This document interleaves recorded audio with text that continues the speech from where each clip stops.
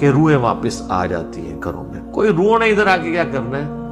وہ تو سورۃ المطففین میں ہے کہ وہ علیین اور سجین کے اندر ہے. نیک روحیں جو ہیں علیین میں، بری جو ہے سجین کے اندر ہے.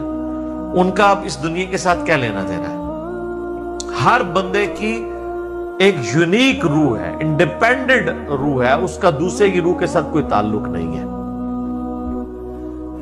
تو دوسرے کے جسم میں جانے کی بات ہی نہیں ہے، بھٹکنے کی بات ہی نہیں ہے. بیسیکلی شیاطین ہیں جو اب چونکہ شیطان جو جنات کے اندر شیطان موجود ہیں ان کو تو ہم لوگ دیکھ نہیں سکتے، تو وہ مختلف قسم کی شکلیں دھار کے پبلکلی آ جاتے ہیں سامنے، تو لوگ سمجھتے ہیں یہ اسی بندے کی کوئی روح آ گئی ہے واپس. اس طریقے سے نہیں ہوتا، یہ بالکل جھوٹی بات ہے. اسلام کا اس سے کوئی تعلق نہیں ہے.